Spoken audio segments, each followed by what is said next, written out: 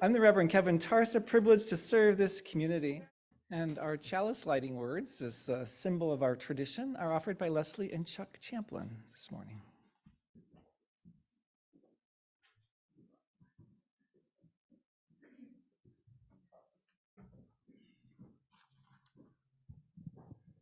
Well, the lighting of the chalice today, we're going to be reading from Put Away the Pressures of the World by Erica Hewitt.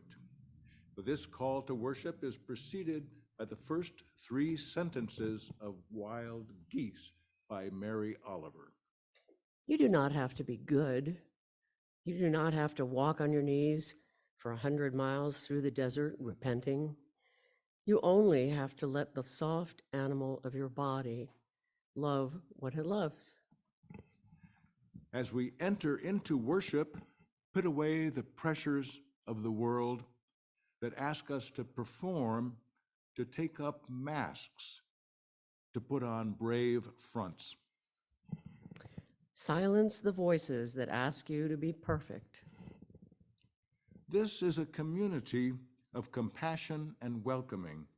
You do not have to do anything to earn the love contained within these walls. You do not have to be braver, smarter, stronger, better than you are in this moment to belong here with us.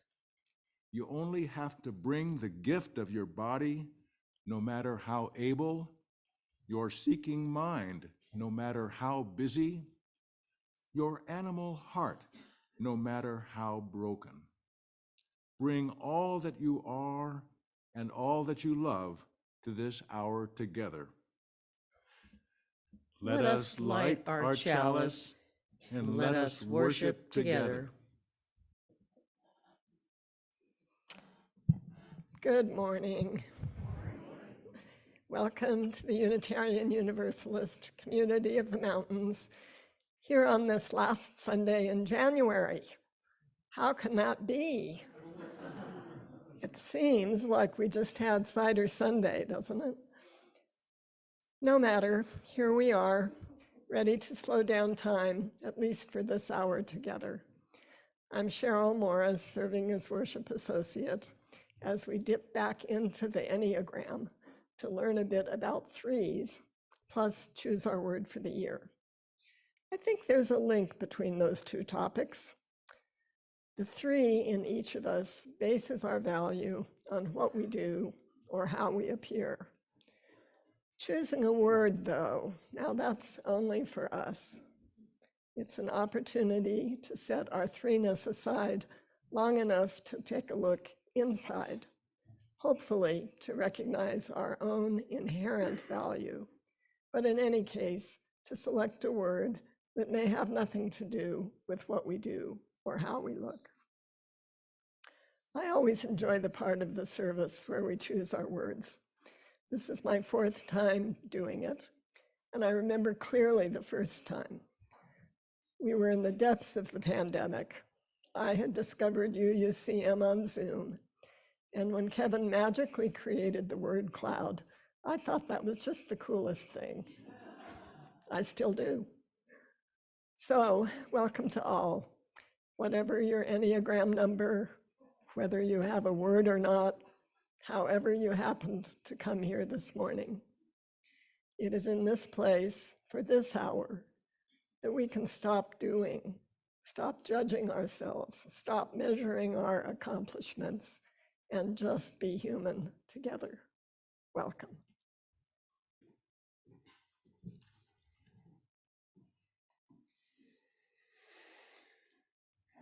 In a college American religions class in the early 1980s, our professor required us to read the book, Live for Success. This was John T. Mulloy's best-selling follow-up to Dress for Success and The Woman's Dress for Success.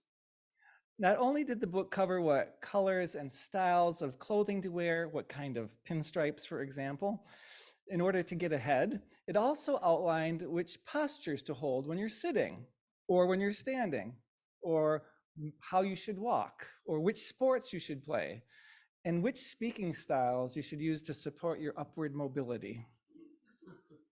As for clothing, tie-dye was not on the approved list, which is why I wore this shirt today. It is not upwardly mobile. Well, at least not in some circles. One of the book's instructions that I've never forgotten is this, that whenever you move from what's perceived as a lower position of employment to a higher position of employment, from doing the physical work, for example, to being in an office position, or from moving from one office position up to a leadership position in a company, you are, according to Malloy, supposed to drop your friends and coworkers from the lower level to build new relationships with the people that are part of the higher level. So if, for example, you and your friends are part of the bowling crowd, Malloy advised, drop them ASAP and establish relationships with the tennis and the golf crowd instead. It was all about how to climb the social and economic ladders.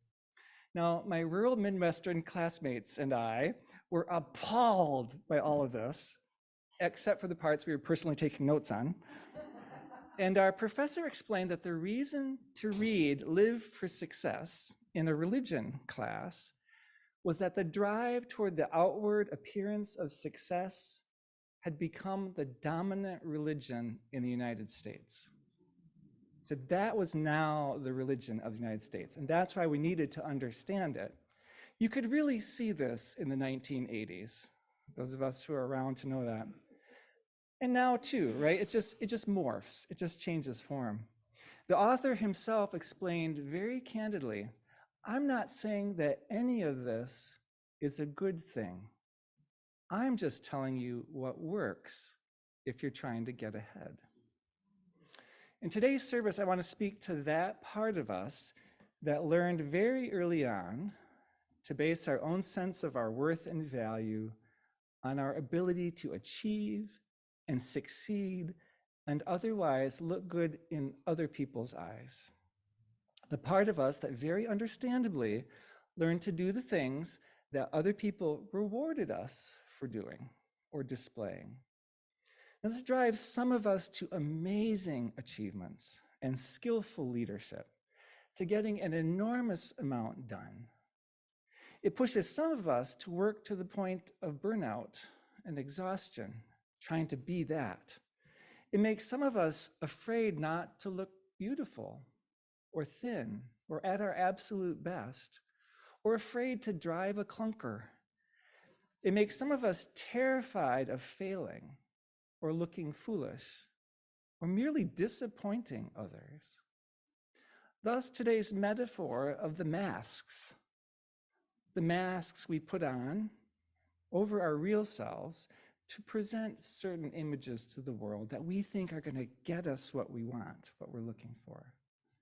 And in case you're thinking this has nothing to do with you, because you've never been one to try to keep up with the Joneses, or to need to get ahead, or to have an impressive car or coat, or to care about what you look like, the point here isn't about the particular definition of success. What matters in your case is the definition of success that people around you held or hold, that you therefore try to live up to and show to them, even when it's not who you really are. It's not about what's the particular definition, it's what do the people we care about say is a definition of success, or what it means to be a good person.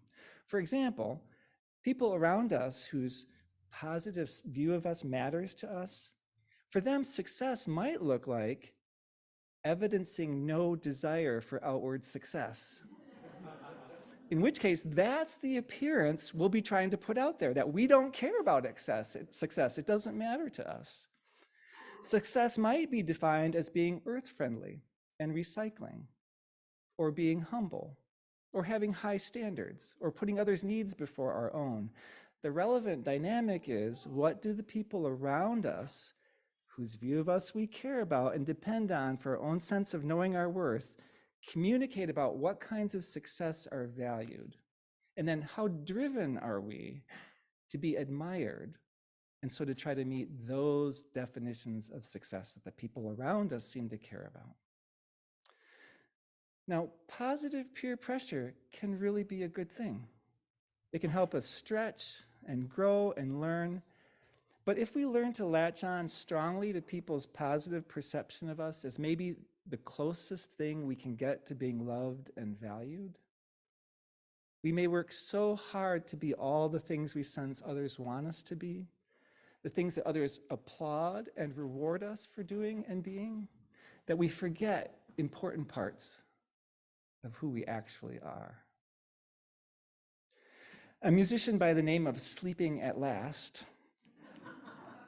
has written a song about and for this part of us, this three-ness in us in Enneagram terminology, the superachiever, the role model, the paragon, the status seeker. Sleeping at Last's wife identifies as a 3. So this song is written very thoughtfully.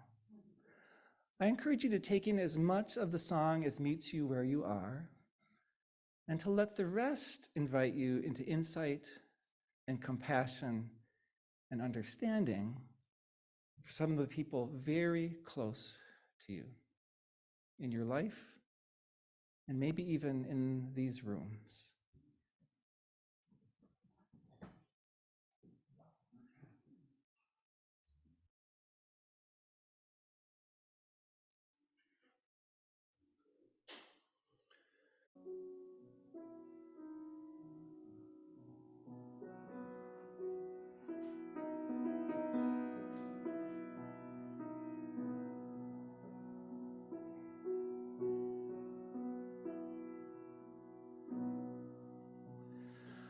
I am remembering who I am.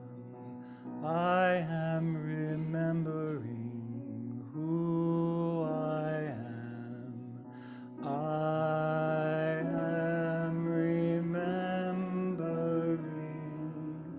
I am remembering. I am remembering who I am. I am remembering who I am. I am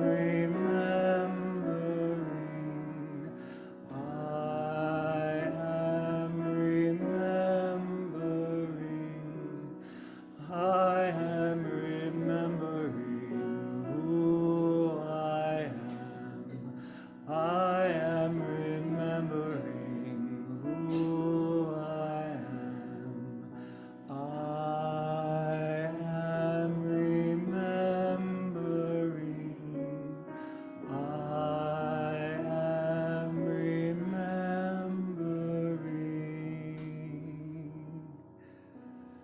Maybe you remember yourself as very literally the stardust of the universe.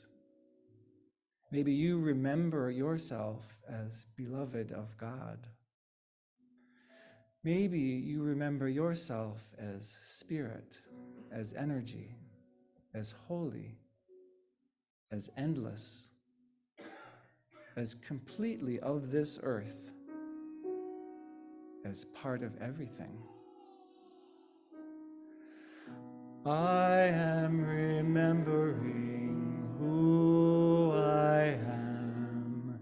I am remembering who I am. I am remembering. I am remembering.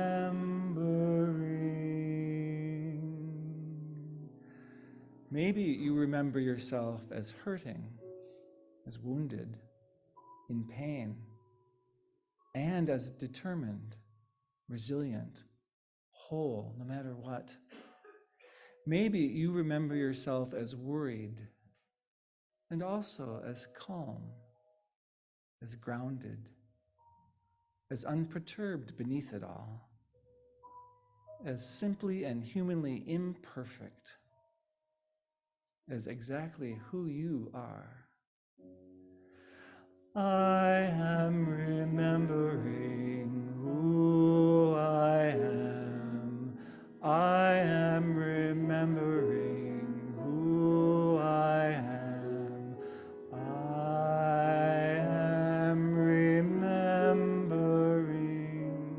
I am remembering.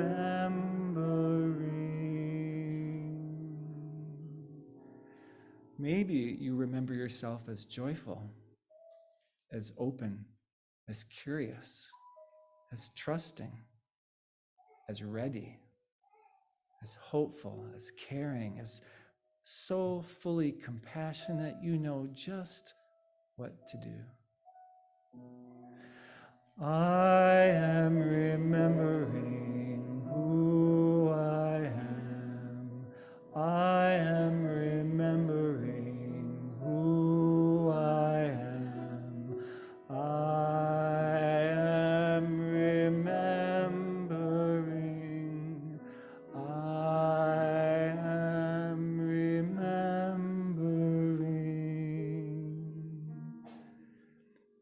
Maybe you remember the you beneath all the layers, beneath the masks. The you that knows who you are and what you need and what you love and how you are connected. The you that was and is and cannot help but be already enough.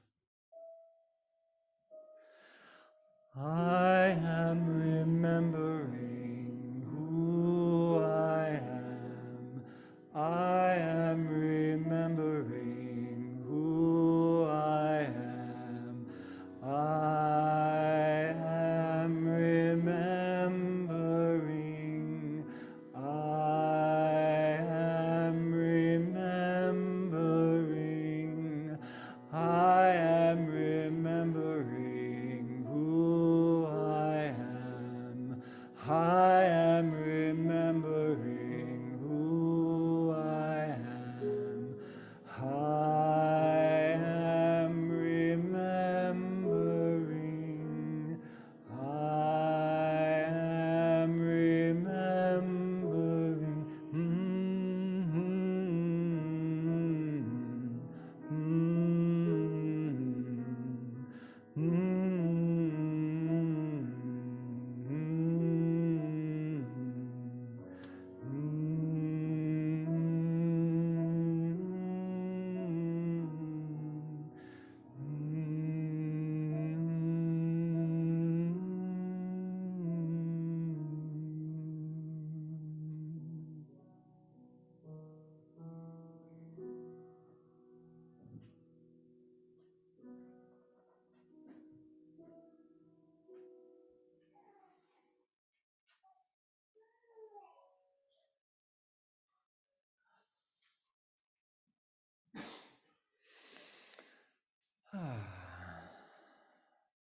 So we'll each have a chance in a little bit to share our word for the year. If this is new to you, it's a word we choose to travel with in 2024 as a conversation partner in our life, conversation partner for our life. A couple weeks ago, I suggested it might be helpful to some of us to choose a word that didn't imply we needed to be braver, smarter, stronger, better, or otherwise improved or different than we are. The point wasn't that we shouldn't desire to grow or improve ourselves. That was not the point. But that when the drive towards self-improvement comes from a place of always feeling inadequate, when it's a compulsion that prevents us from accepting who we are, then that gets in the way of genuine growth, right? So it's not that improvement is not good. It's that when we feel compelled to improve or we're not okay, that's what we're looking for. The desire for self-improvement functions best when it's a free and conscious choice. When it's something that would be good and beneficial, sure, but that we can still feel okay about ourselves without. Does that make sense? It's not that we don't look for good things, but are we driven like we're not going to be okay unless we improve? That's another story. That's another thing to help be curious about. The part of ourselves we've been looking at today has a lot in common with the perfectionist part of ourselves we spoke of 2 weeks ago. Here's the difference. The oneness in us, we talked about a couple weeks ago, that perfectionist, measures our sense of worth against our own list, against our own internal set of standards about what we should be and what's okay, right? That's an internal list. The three-ness in us that we're talking about today measures ourselves against somebody else's list, or our perception of somebody else's list, right? The people we cared about early in our life, typically the people that cared for us. Success defined by other people, not by ourselves. Defined by our family, by our culture, by our congregation, by our social sphere. In other words, all defined from the outside instead of the inside. This is the part of us that cares how we look to others and how important it is for others to think of us well, right? How others perceive us matters to us. Now, as children, almost all of us got the message at some point that we weren't valued for who we were, but for being and doing certain things really well. It's just part of the nature of being human. And so we learned to try to get love, or as close as we could get approval by achieving, by succeeding, by excelling, by maintaining a good image. This is the golden child experience. Anybody have that? I did. Yeah, some of us had the golden child experience, which has a lot of benefits and some hazards with it. For some of us, this was as obvious as being a childhood star of the show, right? Performers at family gatherings. We got literal applause for what we did, or we got praise for being the pretty one, or the smart one, or the productive one. The thing is, as good as that applause and all those other kinds of rewards feel, they are never enough. They can never be enough because they're not actually rewarding, valuing who we are, just the things that we're doing. And we get that at some level. So that leads to a desire to be admired, to be the best at things, to need to always be doing things, to do things at 125% or more, to overwork. Sounding familiar to anybody? To fear failing. And for some of us over time, it leads to forgetting who we are underneath all of that. What we really value, what we really want, what's in our hearts, what are our true feelings. And often, the resonant emotion, if this is really big for us, tends to be shame, right? The worry that actually we aren't enough, we aren't valuable, we aren't good enough. And so we're going to try really hard to make sure that we get as much reinforcement for the idea that we are good enough as we can. And thus we go out, put ourselves out into the world to try to get that back. Now, there are many wonderful things about our three-ness too, when it's lived in perspective. And I know many of you are familiar with the Enneagram and maybe are threes or love threes. What else would you say about three-ness? What's important to say about the attributes or experience or qualities of being three? Anybody?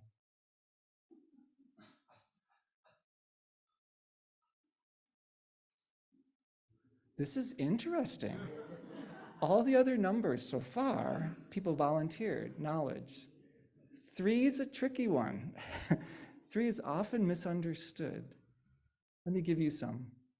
Industrious, fast-paced, goal-focused, results-oriented, efficient, confident, enthusiastic, high energy, caring through doing, love language of doing, ambitious, go-getter, optimistic. All can be really good things.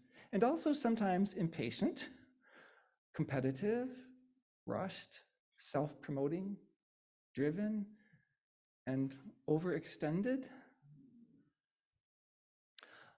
I too respond to the three song. I typically cry as I listen to that. I score pretty high on the three scale. It's not my top main thing, but I score high on that three-ness. A number of years ago, I realized that sometimes I care more about doing something successfully than I care about doing that thing. I realized most of the way in that I don't even really like doing this. Why am I doing it? But I'm determined to do it well, and there's something satisfying about that. That's the oneness in me, in part, right? The perfectionist, I'm going to do it well. And sometimes I also have this very early, deep need, right, for what I am doing to be perceived well by others, which as a minister and human, let me tell you, is not ever going to reach the 100% level. The goal in looking at any of these aspects of human nature this year is to learn to notice when they're happening, to become aware and curious about them, to understand other people, and for ourselves to be more and more able to act out of our conscious choices instead of our unconscious drives. Instead of those drives that substitute a temporary surface reward for what we really want deep down, which for all of us and all our many layers of personality is always about our sense of worth and value and connection and respect and appreciation and love and acceptance. That's always what it's about. Now, some famous people that someone or other has identified as deeply anchored in threeness: Oprah Winfrey, Bill Clinton, Madonna, Elvis Presley, Michael Jordan, Taylor Swift, Beyonce, Arnold Schwarzenegger, Barbra Streisand, Gaston from Beauty and the Beast, Lizzo, Draco Malfoy, Boromir, Lord of the Rings, and Scarlett O'Hara, Gone with the Wind. And the country that epitomizes threeness, any guesses? That's right, the United States is the epitome of threeness. Live for success, however success is currently defined. Now, the Unitarian side of our tradition has a whole lot of superachiever drive in it too. It's no accident that several of the founding fathers were Unitarian in theology, right? We expect to change the world and to be able to get a lot done and to look good doing it. Among those in this congregation who are most active and who get a ton done, there is a whole lot of threeness. And thank goodness, right? Where would we be without that? And sometimes our work needs to be to help each other know that we are loved and respected and appreciated and valued for who we are, not just all those things we got done, not just for what we accomplish. Worthy of love even when we make mistakes, even when we fail at something. That's the message. So why explore aspects of our personality in a religious service through something like the lens of the Enneagram, which some people will always perceive as too limiting, and when the world is on fire, no less?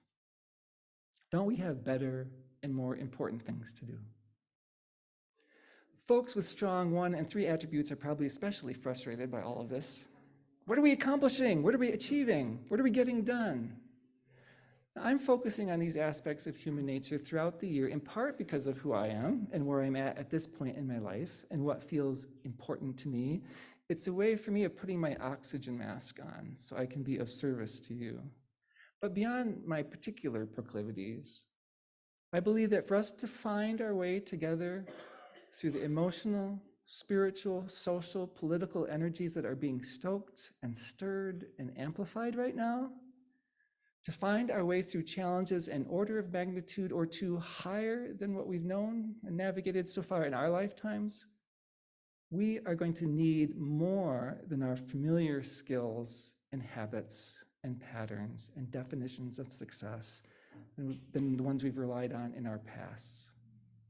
We're going to need to remember as much as we can who we are beneath all the surface layers, because when it gets tough, that's where we're going to have to anchor.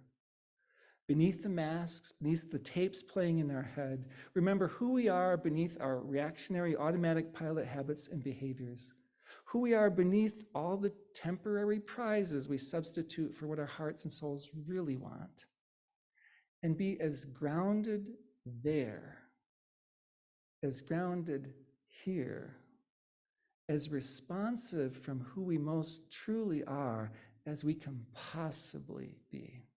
That's what we're going to need. I am remembering who I am. May you be remembering who you are. may we be remembering who we are. So may we be. For our closing song, I invite you to sing the song by Libby Roderick that's been around for a while. How could anyone ever tell you you were anything less than beautiful? How could anyone ever tell you you were less than whole? I invite us to rise in body or in spirit and to sing.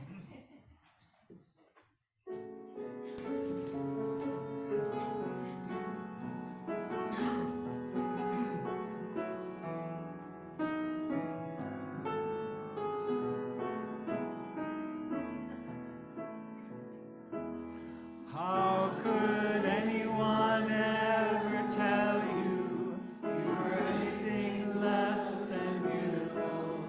How could anyone ever tell you you were less than whole? How could anyone fail to notice that your loving is a miracle? How deeply you're connected to my soul. That's the whole song. How could anyone ever tell you you were anything less than beautiful? How could anyone ever tell you you were less than whole? How could anyone fail to notice that your loving is a miracle? How deeply you're connected to my soul. Last time. How could anyone ever tell you you were anything less than beautiful? How could anyone ever tell you you were less than whole? How could anyone fail to notice that your loving is a miracle? How deeply you're connected to my soul. I expect that Libby Roderick's song is powerful for some and a bit mushy feeling for others. And so may these closing words be. And maybe they will still thread their way into a hidden corner in you that needs to hear them. You do not have to be good.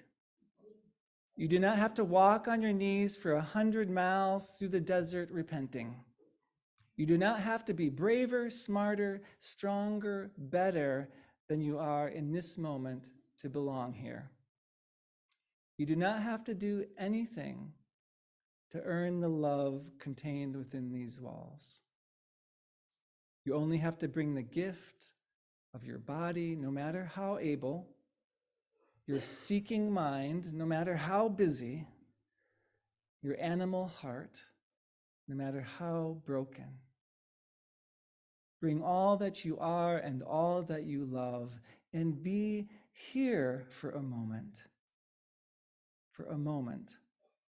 enough.